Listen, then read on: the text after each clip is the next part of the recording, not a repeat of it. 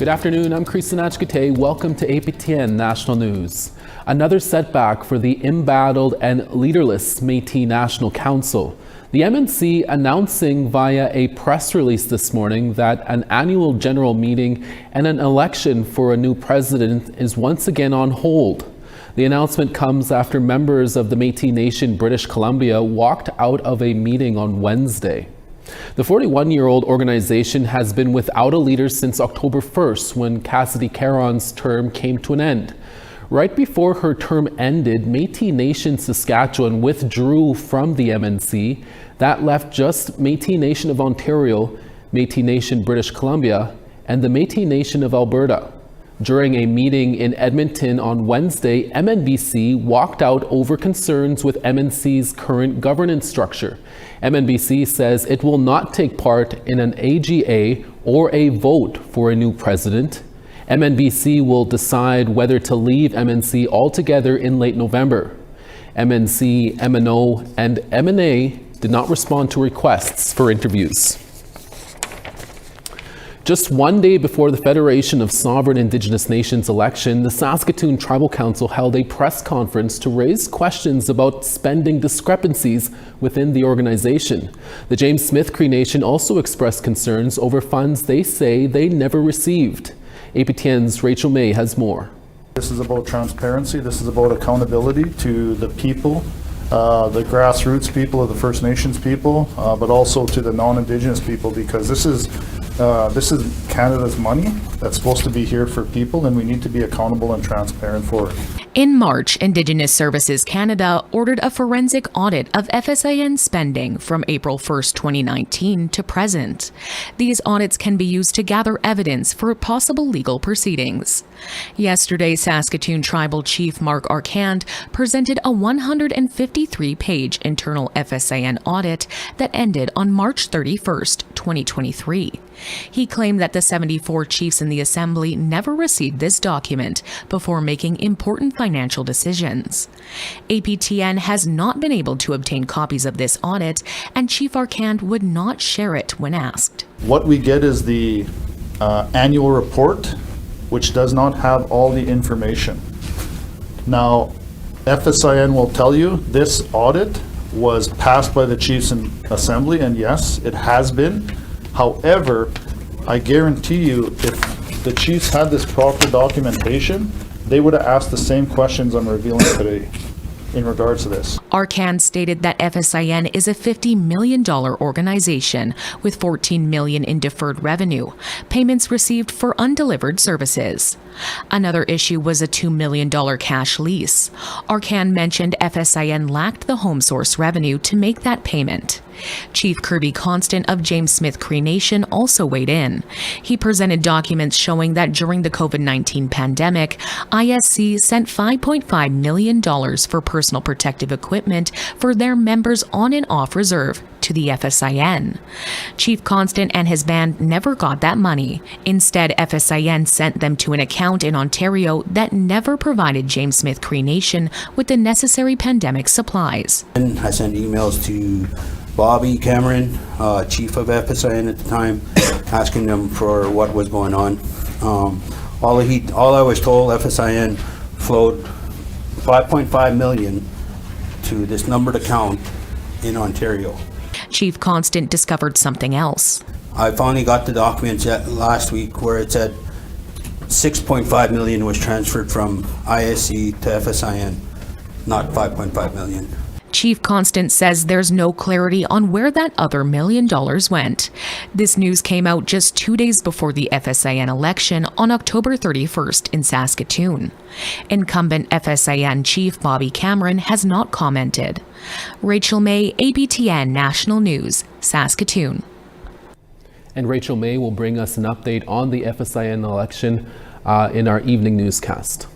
As we told you earlier this week, the final report into missing children and unmarked graves at residential schools has been released, and it's calling on the federal government to create an Indigenous-led national commission to investigate missing and disappeared Indigenous children.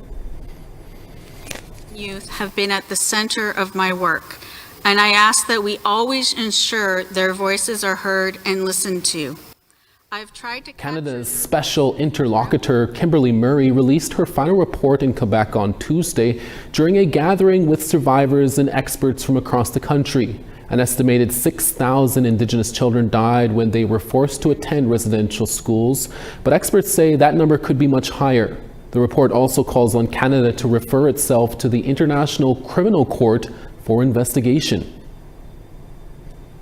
A $50,000 reward is now being offered for information that leads to locating Dean Matinis Jr., who has been missing for more than 7 months and last seen in north central Ontario.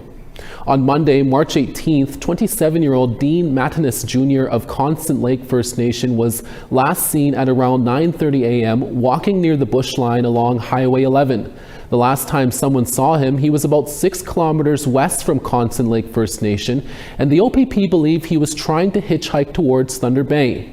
The OPP, the James Bay Crime Unit, and the Anishinaabe Aski Police Service are investigating Matinis Jr.'s disappearance.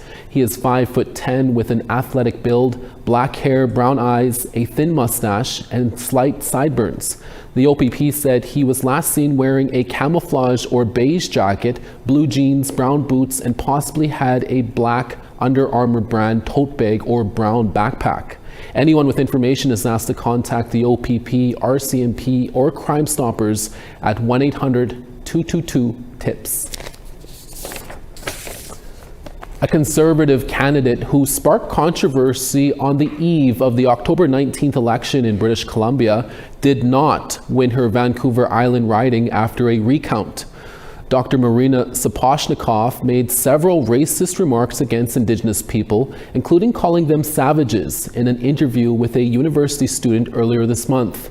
Election night results showed Sapochnikov narrowly lost the newly created riding of Wandafuka-Malahat to NDP candidate Dana Lajeunesse by 113 votes. The tight numbers triggered a manual recount, which included mail-in and absentee ballots. The recount showed Sapochnikov lost the riding by 141 votes. Conservative leader John Rustad criticized Sapochnikov's comments and said she wouldn't be running again. Sapochnikov has since apologized for her comments and admits she will not run in politics again. An organization representing Canadian universities will now have a northern voice. Yukon University joined Universities Canada Tuesday, making it the 97th member to do so. Located in Whitehorse, Yukon University is the only university in Canada's north. It offers a mix of trades, college-level programs, and university degrees designed to meet the needs of northern communities.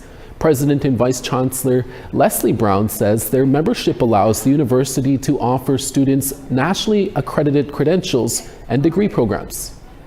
Yukon University is an institution that is shaped by, has been visioned by, and every day we strive to uphold perspectives of First Nations people, particularly Yukon First Nations people. So that means that we can bring our unique voice, our unique contribution, and help shape national dialogues. So we are absolutely over the moon by this opportunity. A society in Vancouver has partnered with other nonprofits to have community barbecues that serve hundreds of people twice a week. But as APTN's Tina House explains, serving food is not all the society does to help and give back. All right, folks, I just want to take a moment to recognize this moment.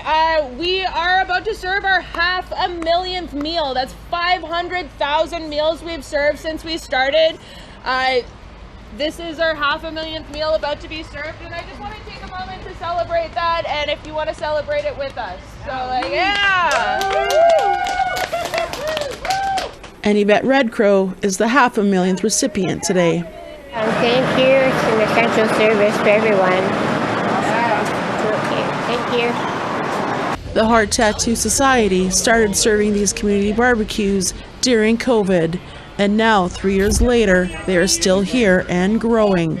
Every Monday and Thursday, chefs create gourmet meals, and on today's menu, they are serving turkey, pork, chicken parmigiana, stir-fried beef vegetables, rice, salad, fruit, and garlic bread. Francis Guerrero works at the Aboriginal Front Door Society. He says he looks forward to these community barbecues every week. It's great, you know. I grew up in poverty, so I know what it's like to go to sleep with an empty belly, and these guys make sure that they don't go to sleep hungry. They're fed really well. Like, these guys provide great meals like every time they show up. And it's never the same. It's always very tasty. And one of those chefs who also makes all the sauces, among other things, is Tene Chapudla. He's originally from Zimbabwe. He came to Canada 2.5 years ago and started volunteering with the Heart Tattoo Society, and now works full-time with them. I started by doing sandwiches, then we started doing barbecue prep. It was awesome. It was great. And thinking about it, the way we've grown, it's totally amazing. We use food from food recovery. You wouldn't expect to get, as many meals out or as many good meals out as we do, but because we have so many chefs on our team, it's amazing how people come together. The Heart Tattoo Society began with a dream by founder Mackenzie Baxfield and her partner Evan, and she's proud to see how many people they have been able to help. COVID hit, it was a real fear. It made me nervous and upset knowing that the downtown east side didn't have as many resources as it did before they made it another state of emergency. So I kind of freaked out a little bit, and I went to all my friends and I said, what are we going to do about the downtown east side? How are we going to help? And so this came to be. It's expanded beyond where we're serving food for multiple organizations, making sandwiches, doing a grocery hamper program, free grocery store, storefront, and more. And just a block away is the Downtown Eastside Distribution Hub, a place the Society runs in partnership with the Overdose Prevention Society, where anyone can get free clothes, household items, and food. Everything is heart-centered. They hire from the community. They sent me back to school when I wanted a break from the Downtown Eastside. And they came to my graduation. They really are. It's like a big family. And back at the barbecue. That looks good. Wow. The Heart Tattoo Society serves between 400 to 600 people at each barbecue. Tina House, APTN National News, Vancouver. Miss Universe Canada Ashley Collingbull is hoping to make history yet again. We'll tell you where she's off to next when we're back in 3 minutes.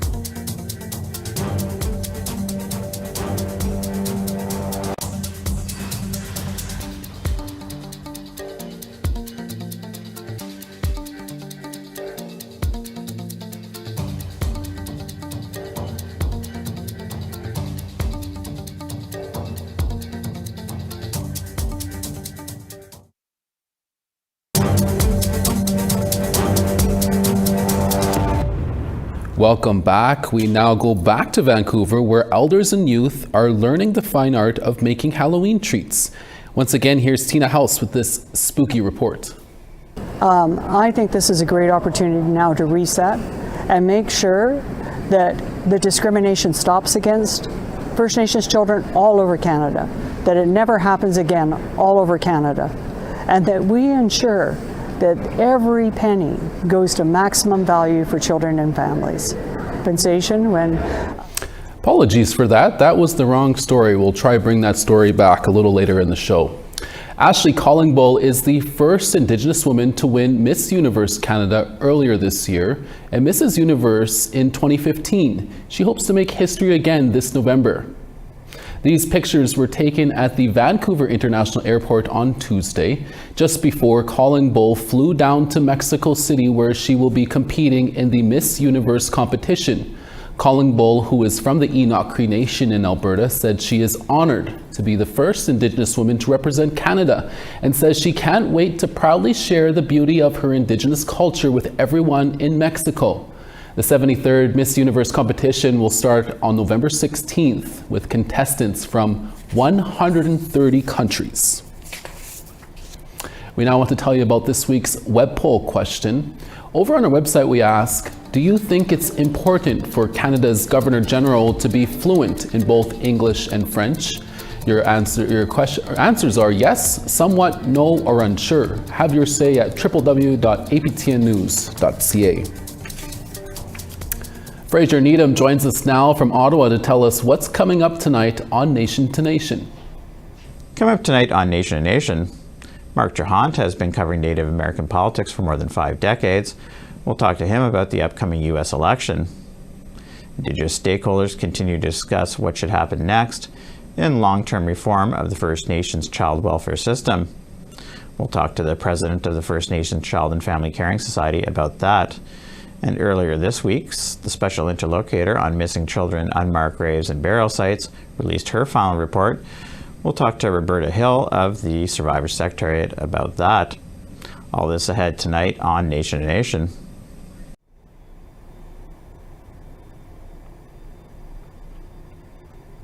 Thank you, Fraser. We'll try this again. Now to Vancouver, where elders and youth are learning the fine art of making Halloween treats. Here's Tina House again with this spooky report.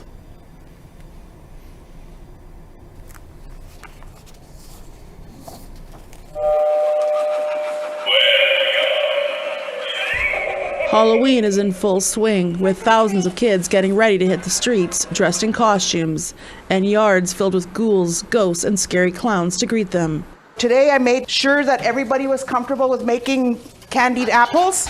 Here at the Aboriginal Health Society, Chef Ruby Harry is teaching a workshop on how to make candy apples and other treats. You add water, sugar, corn syrup, and then you get it to 300 degrees, and then you put an apple on a skewer, you put the apple into the water, and this is what you come out with, candy apples. You can cut it up or eat it as is, but that's how candy apples are made. Spooky fry bread is also on the menu today, as participants learn the art of making fluffy and light fry bread. So the ingredients in here is flour, yeast, sugar, no oil. We just did the bare basics. There it is. Spooky bannock all day long. Here we go. Tony Cairns is a regular and says he's always happy to see the great programs they offer at the Society.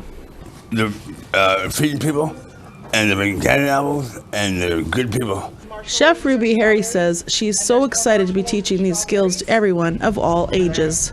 This is to ensure the community that it's a safe place to come and learn something, because candy apples is not easy to make, and it's super dangerous when you take sugars up to the 300-degree level. So today they felt safe making it. They made some really good candy apples, and they're going to enjoy it. It's super important because not everybody has a chance to come out and make stuff together as a team and build team in the community and let the community know they're supported and loved here. And along with the candy apples and spooky bannock, participants also got to learn how to make chocolate-covered strawberries and marshmallows. Woohoo! Happy Halloween! Spooky bannock at Vancouver Aboriginal Health Society. Tina House, APTN National News, Vancouver. Stick around, we'll be right back with more stories.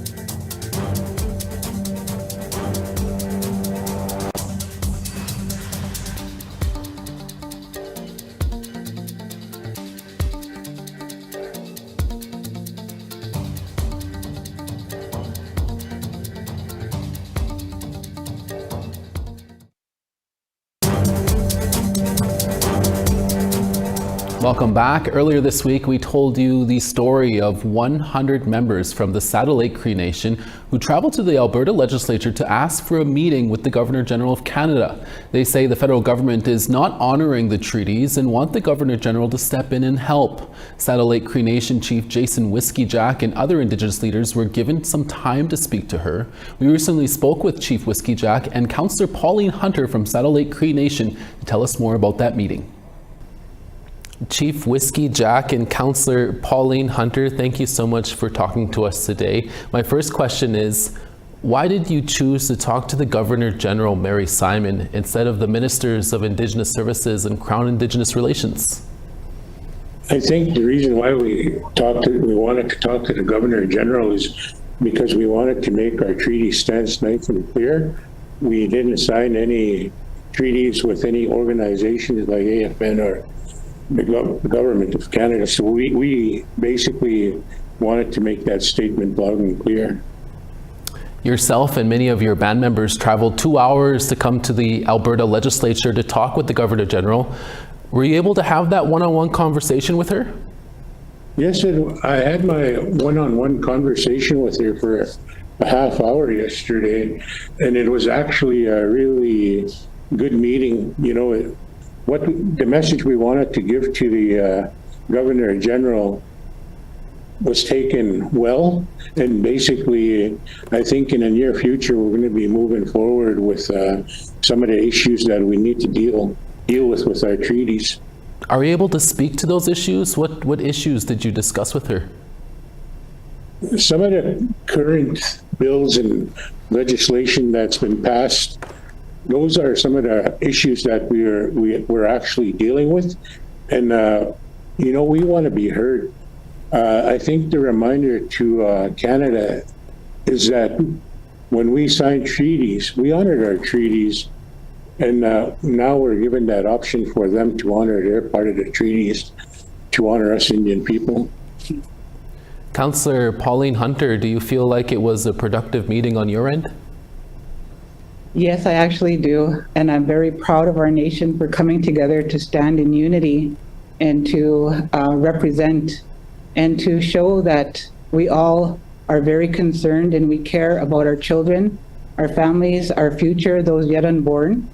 And it's to serve as a reminder to everybody that we have a treaty, a sacred treaty and covenant with the Crown. And I think at the same time, it's a reminder to the Governor General, as she is the Crown's representative, that there is a lot of unfinished business that needs to be discussed.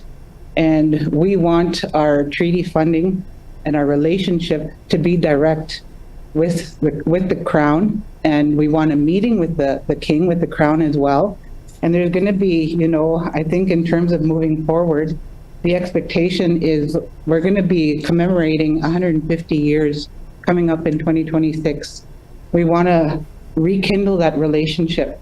We want to invite, you know, the Crown back to our nation. In 1976, the Crown Queen Elizabeth, I believe, was here in our nation to commemorate 100 years of treaty making. So we need to come to a mutual understanding of what the treaty really means to us. And really briefly, did the Governor General make any commitments? The Governor General made some commitments and moving forward to actually, you know, working on some of, I guess, the dynamics of how we're going to be working with our agreements and everything else, and especially, you know, for us to actually draft up something that within a letter form to actually deliver that message to the King on our behalf as treaty people. And that's probably one of the best news that we Saddle Lake band members have for our nation, is to get the message directly to the King. And I really want to acknowledge and thank her for that. Chief Whiskey Jack and Councillor Pauline Hunter, will have to leave it there. Thank you for your time. Thank you. And that's your midday newscast for this Thursday, October 31st. Happy Halloween, everyone. I hope Cookham has some spooky bannock for you. From everyone at APTN National News, thank you for watching, and we'll see you again. Exe.